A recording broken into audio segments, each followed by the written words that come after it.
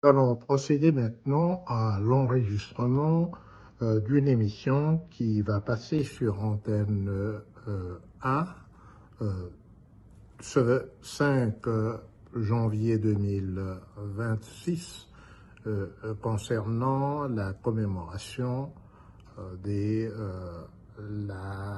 du 66e, 7e anniversaire des massacres ou des événements du 5 janvier 1959. Cette émission va être conduite avec le journaliste John Gombwa. Voici les questions telles qu'elles seront posées.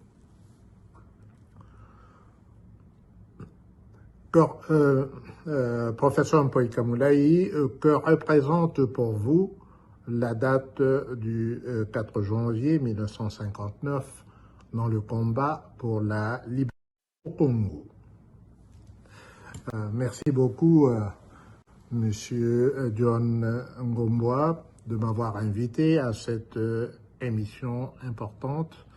Notre pays est dans l'état dans lequel tout le monde sait, ça va faire bientôt 66 ans après l'indépendance, et nous nous retrouvons toujours, pas à la case de départ, mais beaucoup plus en recul par rapport à la date de l'indépendance, c'est-à-dire le 30 juin 1960.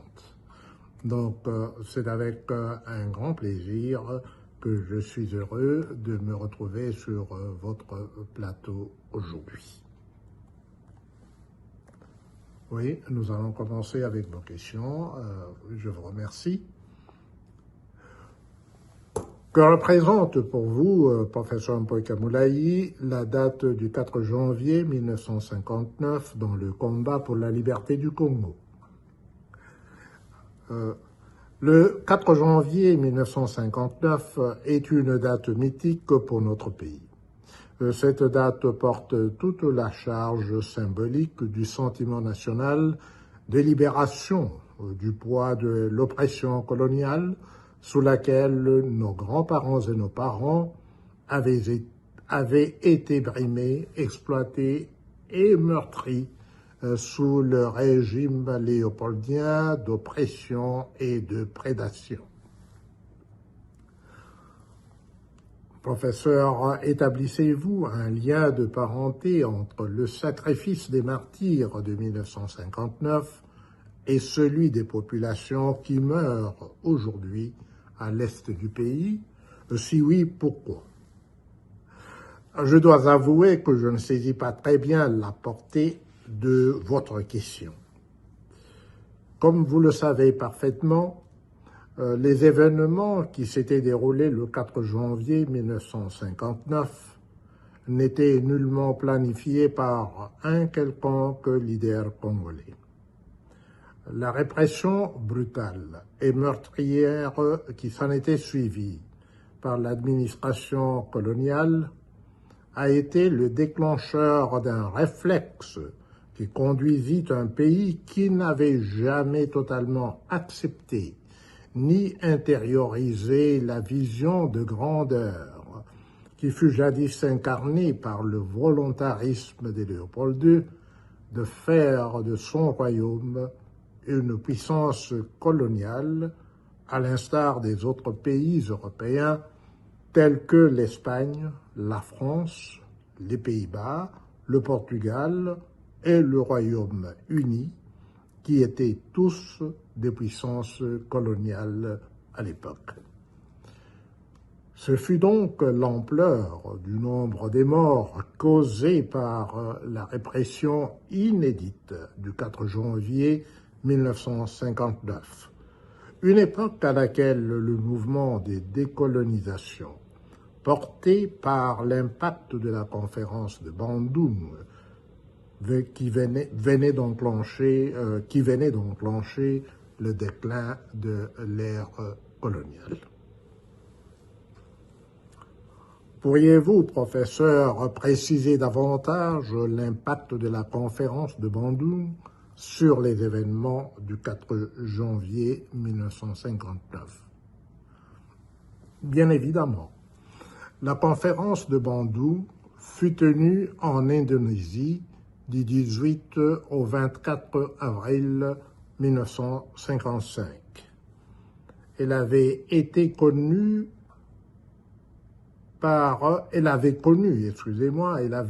la participation de 29 pays, à l'exclusion de tout pays colonisateur.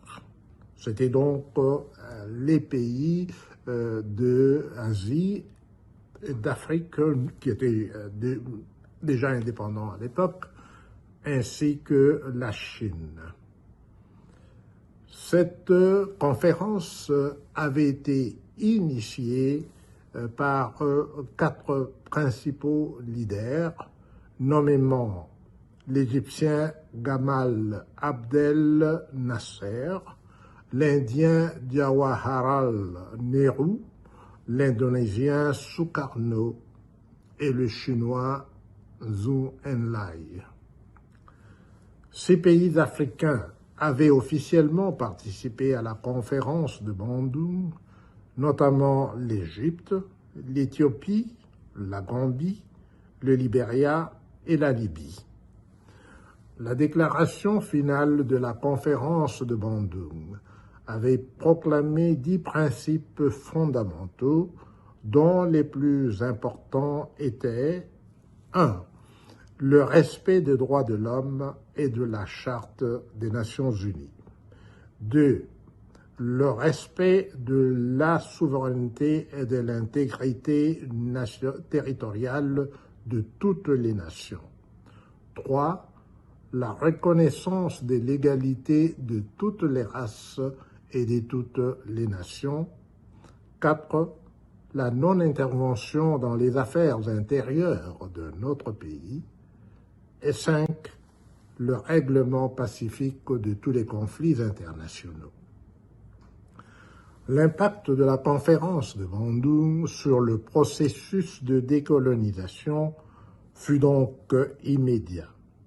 Il entraîna notamment les effets ci-après. 1. L'accélération de la décolonisation. 2. L'émergence du mouvement des non-alignés. 3. L'adoption par l'ONU de la résolution 1514 du 14 décembre 1960 sur l'octroi de l'indépendance au pays et au peuple colonisés. Et 4. L'affirmation et la proclamation du principe de la solidarité entre les pays de l'hémisphère sud.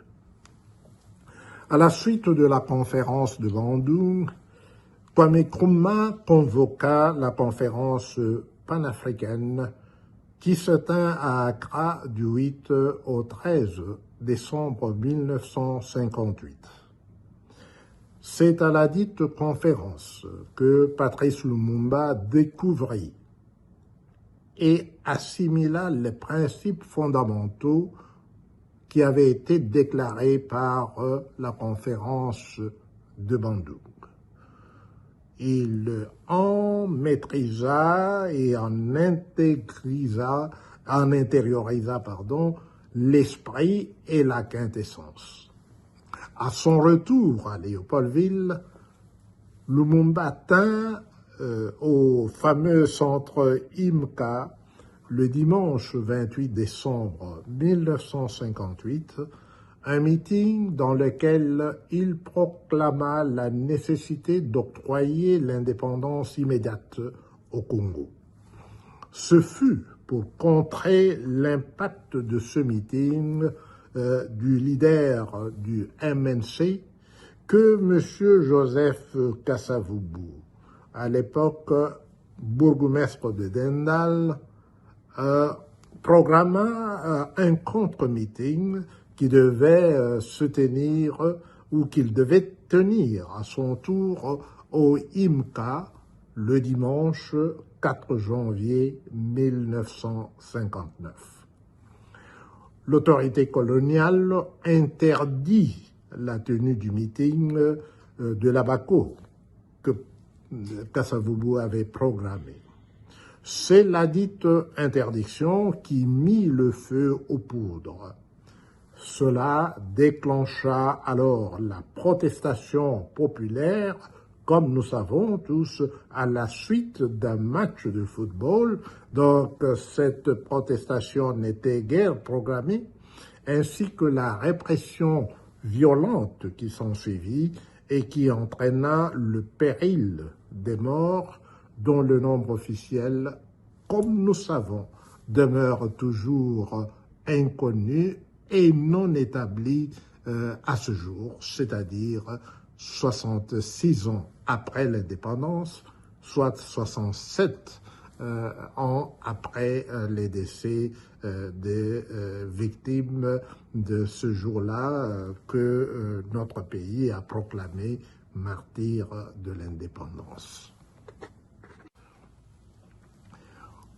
Dans quelle mesure considérez-vous les victimes de l'Est comme des martyrs contemporains? Depuis 1959, notre pays est en proie à des rébellions qui se succèdent sans désemparer. Chacune des dites rébellions a causé un nombre de victimes qui n'ont jamais été officiellement recensées à ce jour. Citons notamment les victimes des tueries qui ont été entraînées par des événements majeurs ci-après. Le refoulement des Baluba du Kasaï occidental en 1959-1960. Le refoulement des Baluba du Katanga en 1960 et celui du Chaba en 1993. La sécession du Katanga qui fut enclenchée le 11 juillet 1960, les rébellions subséquentes à la destitution du Premier ministre Lumumba qui se répandirent à travers la province orientale et ainsi que dans les Kivu. La première et la deuxième guerre du Chaba en 1977 et 1978, la rébellion de l'Afdel en 1996-1997, qui fut dénommée la première guerre du Congo, et la deuxième guerre du Congo qui s'étendit de 1998 à 2003. Tous nos compatriotes qui ont péri à la suite des dites rébellions sont sans aucun doute des martyrs contemporains de la cupidité, de la méchanceté, de la cupidité et de la méchanceté des politiciens qui entretiennent et qui nourrissent les dites rébellions uniquement pour satisfaire leurs intérêts personnels au détriment des intérêts de notre peuple. Voici pourquoi je estime que nous ne pouvons pas nous contenter uniquement de parler de nos compatriotes qui souffrent et qui meurent au cours de la rébellion qui est présentement en cours. Pensez-vous, professeur, que les causes de la violence, hier coloniale, aujourd'hui sécuritaire et économique, partagent des racines communes? Comme je viens de le dire dans ma réponse à votre question précédente, M. Nkumbwa, depuis le 1er juillet 1960, la gouvernance de notre pays est passée des mains des oppresseurs blancs entre les mains des oppresseurs noirs, qui ne se soucient nullement du bien-être de notre peuple. Leur seul souci consiste à pérenniser, pour leur compte et leur profit personnel, le système léopoldien d'oppression et de prédation, au détriment de la réalisation du bonheur de notre peuple. C'est pourquoi notre pays est passé de la première place de colonie la plus avancée de l'Afrique subsaharienne au 4e rang qu'il occupe honteusement et scandaleusement aujourd'hui parmi les pays les plus pauvres du monde.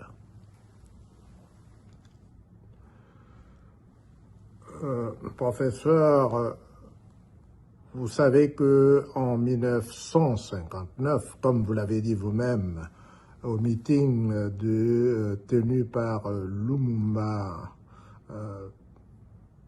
le 28 décembre 1958, le slogan était devenu l'indépendance immédiate.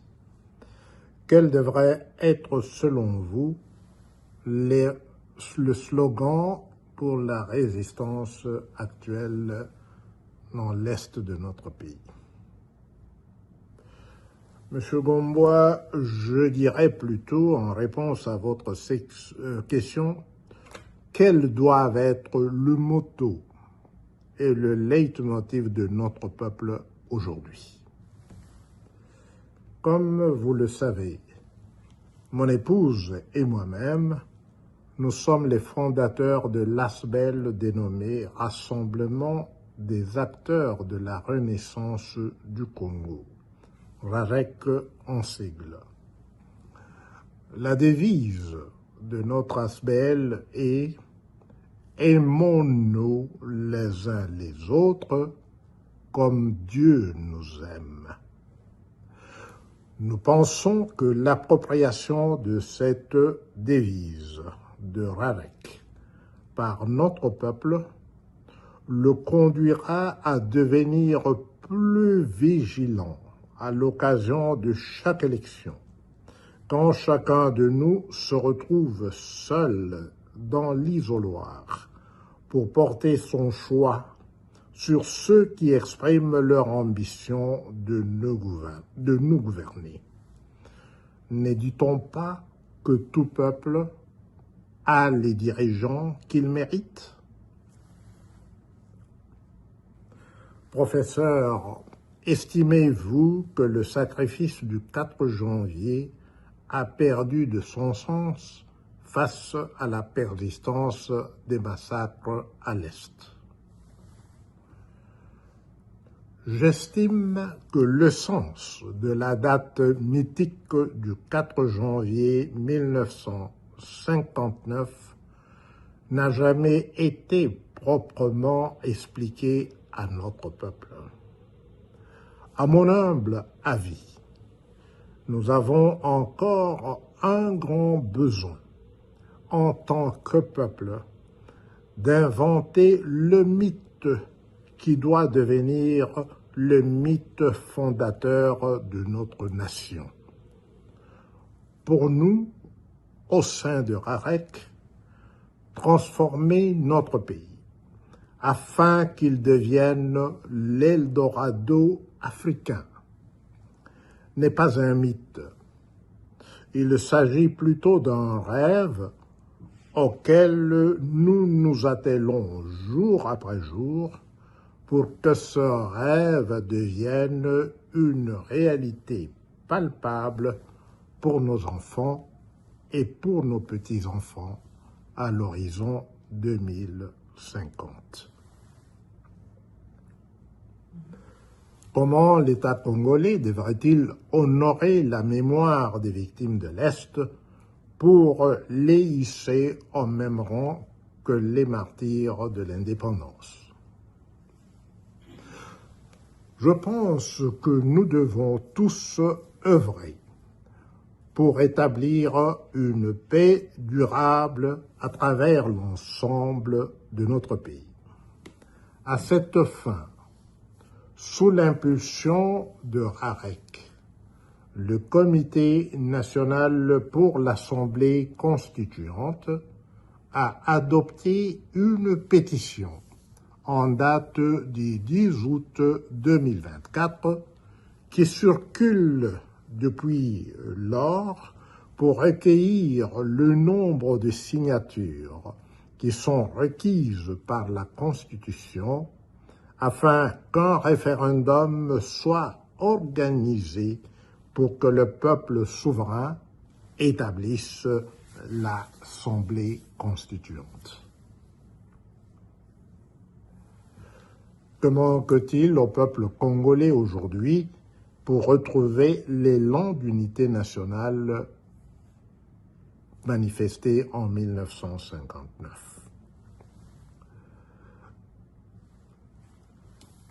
Monsieur Gombois, en 1959, j'avais l'âge de 9 ans. J'étais élève à l'Institut Saint-Dominique Savio à Mikalaï, dans le Kasaï. Le 30 juin 1960, je m'étais retrouvé refoulé à Monkamba, le village de mes arrière-grands-parents paternels qui n'y étaient pas nés eux-mêmes. Alors, permettez-moi de vous retourner votre question. De quel élan d'unité nationale parlez-vous qui aurait existé entre nous en 1959? La libération totale du Congo, professeur, est-elle possible sans une appropriation de notre histoire? De quoi devons-nous libérer totalement le Congo? De quoi ou de qui devons-nous libérer totalement le Congo? La situation actuelle de notre pays résulte de la faillite de chacun de nous. À réaliser que chacun de nous est comptable du marasme actuel de notre pays, ainsi que de l'effondrement de ce beau pays, que nos grands-parents et nos parents avaient réussi à bâtir sous la gouvernance efficace du colonisateur belge. Dans son discours du 30 juin 1960, le roi Baudouin avait déclaré que la Belgique léguait entre les mains de nos nouveaux dirigeants un pays qui forçait l'admiration et l'envie du monde. 66 ans après, nos gouvernants ont détruit ce beau pays à travers la turpitude de chacun de ceux qui se sont assis sur le trône que Léopold II avait façonné avec la sueur et le sang de nos ancêtres. On dit que personne ne libère un peuple. Le peuple se libère toujours. Telle est la conscience que chacun de nous doit prendre individuellement afin que cette conscience devienne collective. Voilà ce à quoi j'exhorte chacun de nous en ce jour où nous commémorons le massacre de nos compatriotes qui ont été fauchés sous la férule du colonisateur le 4 janvier 1959. Voilà mon message, cher Monsieur Mombo, que j'adresse à toute notre nation, à tout notre peuple, en ce jour où nous commémorons le 67e anniversaire des événements de 1959. Je vous remercie.